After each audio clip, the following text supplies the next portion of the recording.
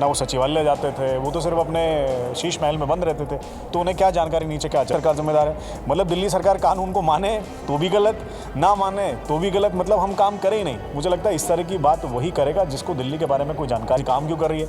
मुझे लगता है उनकी दिक्कत ये नहीं कि एजेंसी काम कर रही है क्या नहीं, एजेंसी उनके खिलाफ काम क्यों कर रही है। इस वक्त मेरे साथ बातचीत करने के लिए दिल्ली बीजेपी प्रवक्ता अजय सहरावत जी हैं। सर, दिल्ली में इन दिनों देखा जा रहा है कि जगह जगह पर बुलडोजर चल रहे हैं। ऐसे में आम आदमी पार्टी बीजेपी पर हमलावर हैं। वो कह रहे हैं कि झुग्गी विरोधी हैं, गरीबी विरोधी हैं, तानाशाही रवैया अपना रही है बीजेपी दिल्ली में। देखिए, मुझे लगता है इस तरह की बात वही करेगा जिसे ग्राउंड की नॉलेज नहीं है और फैक्चुअली जाकर जो ग्राउंड पर कभी देखा ही नहीं है। पहली बात तो जब तक उन्होंने दिल्ली सरकार चलाई वो कभी नीचे गए नहीं, ना वो सचिवालय जाते थे, वो तो सिर्फ अपने शीश महल में बंद रहते थे। तो उन्हें क्या जानकारी नीचे क्या चल रहा है। अब जंगपुरा वाली जो झुग्गी है वहाँ पर वो नाले के ऊपर बनी हुई थी, उसका हाईकोर्ट से ऑर्डर आया हुआ था। आप कहते हैं बारिश में दिल्ली में पानी भर जाता है। अरे जब ड्रेनेज नहीं होगा, वहाँ से साफ़ सफाई नहीं होगी, उसके ऊपर झुग्गी भी बनवा दोगे तो फिर पानी नहीं भरेगा तो क्या बनेगा। अगर हम दिल्ली को साफ़ सुथरी बनाना चाह रहे हैं और दिल्ली में किसी हाईकोर्ट के ऑर्डर पर काम कर रहे हैं तो उसको भी आप गलत बता रहे हो, क्योंकि आप कोर्ट में तो आप मानते ही नहीं हो। अभी तक दिन भी 3 झुग्गियों की बात डिस्क्रिप्शन में आई है, वो टिपिकल कोर्ट के ऑर्डर से है। आप ट्रेन के सामने झुग्गी बन गई है, उनको सिग्नल नहीं दिखाई दे रहा है, कल को वो ट्रेन अगर झुग्गी में घुस जाएगी और किसी को हताहत हो जाएंगे तब फिर दिल्ली सरकार जिम्मेदार है। मतलब दिल्ली सरकार कानून को माने तो भी गलत, ना माने तो भी गलत, मतलब हम काम करें ही नहीं। मुझे लगता है इस तरह की बात वही करेगा जिसको दिल्ली के बारे में कोई जानकारी नहीं है और या तो जिसने दिल्ली में काम ही नहीं किया। और बड़ा बेगैरत सा लगता है, बड़ा ऐसा गैर जिम्मेदाराना बयान लगता है आम आदमी पार्टी जब ऐसा कहती है, क्योंकि 11 साल यहाँ सरकार में रही है और क्या हाल दिल्ली का वो छोड़ करके गए हैं सबको अच्छे से वो कह रहे हैं कि हमारी सरकार रहते हुए हमने एक भी झुग्गी को टूटने नहीं दिया। ये सिर्फ हाई कोर्ट की आड़ में बचने की कोशिश कर रहे हैं। कह रहे हैं कि जब बिल आया था दिल्ली सेवा वाला तो कानून लाकर बदल दिया कोर्ट में, तो इसको ही बदल सकते थे। भाई, जब आपके एमएलए अमानतुल्लाह खान खुलेआम रोहिंग्या बांग्लादेशियों को झुग्गी में बसाने का काम करेंगे तो आप क्यों तोड़ेंगे?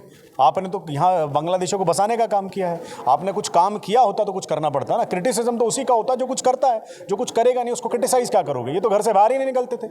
इनके एमएलए ना सचिवालय जाते थे, मंत्री ना सचिवालय जाते थे, ना ही अपने शीश महल से बाहर निकलते। तो इनके बारे में मुझे लगता है आपको टीका टिप्पणी करके कोई मोल नहीं होना है। मुझे लगता है दिल्ली ने इनको ऑलरेडी जवाब दे दिया है और अब दिल्ली एक अच्छी विकसित दिल्ली बनने जा रही है और दिल्ली में जो भी कानून के दायरे में जो चीज़ होगी वो दिल्ली सरकार करेगी। तो कार्रवाई होती रहेगी अभी आप दिल्ली सरकार कानून के दायरे में जो चीज़ आएगी उसको मुझे लगता है उनको करना उनकी नैतिक जिम्मेदारी भी है, कानूनी जिम्मेदारी भी है, उसे उनको निभाना चाहिए।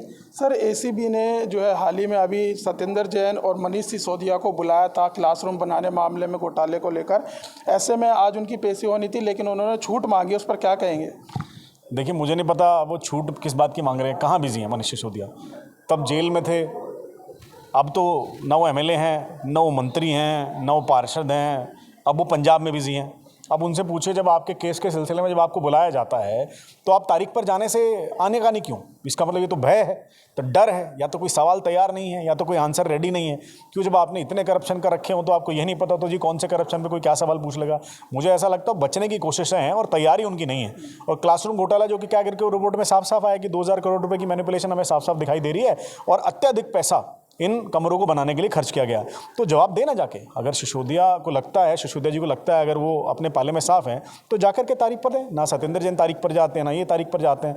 और इनसे क्या सीखें? इनके आका पहले तारीख पर नहीं जाते थे, वो सीधे जेल जाते थे। लेकिन लगातार आम आदमी पार्टी का ये एजेंसियों का दुरुपयोग किया जा रहा है सरकार में। देखिए भैया, जो पकड़ा जाए, जो चोर हो, जो करप्ट हो, जिसको कोर्ट बेल ना दे रही हो, जिसको कोर्ट सजा दे रही हो, बस घुमा फिरा के लगा दो एजेंसी काम नहीं करी। पहले कहते थे एजेंसी काम क्यों नहीं कर रही है, जब एजेंसी काम कर रही है एजेंसी काम क्यों कर रही है। मुझे लगता है उनकी दिक्कत ये नहीं कि एजेंसी काम करिए क्या नहीं, एजेंसी उनके खिलाफ काम क्यों कर रही है, उनकी दिक्कत ये। उनका कहना है कि एजेंसी काम करे किसी पर भी, लेकिन सिर्फ हम पे नहीं। देखो भैया, करप्शन करोगे, घोटाला करोगे, पकड़े जाओगे। शराब घोटाला करोगे, पकड़े जाओगे। शीश महल घोटाला करोगे, पकड़े जाओगे। स्कूल घोटाला करोगे, पकड़े जाओगे, नहीं छोड़े जाओगे। सरकार से गए हो लेकिन अभी भी आप अभियुक्त उन केसेस में हो, आपको जाना पड़ेगा, तारीख पर रहना भी पड़ेगा और जैसी भी सजा कानूनी प्रक्रिया के तहत होगी वो जरूर होगी। जी, तो देखिए, हमारे साथ बातचीत करने के लिए थे दिल्ली बीजेपी प्रवक्ता अजय सहरावत, जिनका साफ तौर से कहना है कि दिल्ली में जहां भी जो अवैध तरीके से झुग्गियां बसाई गई है उन पर कार्रवाई होती रहेगी। फिलहाल इस वीडियो में बस इतना ही। बाकी खबर देखने के लिए देखते रहिए पॉलिटिशियंस इंडिया न्यूज़। धन्यवाद। अगर आपको हमारा वीडियो अच्छा लगा तो हमारे चैनल को सब्सक्राइब करें, हमारी वीडियो को लाइक करें, शेयर करें और ऐसे ही देश की तमाम बड़ी खबरों के लिए जुड़े रहें पॉलिटिशियंस इंडिया के साथ।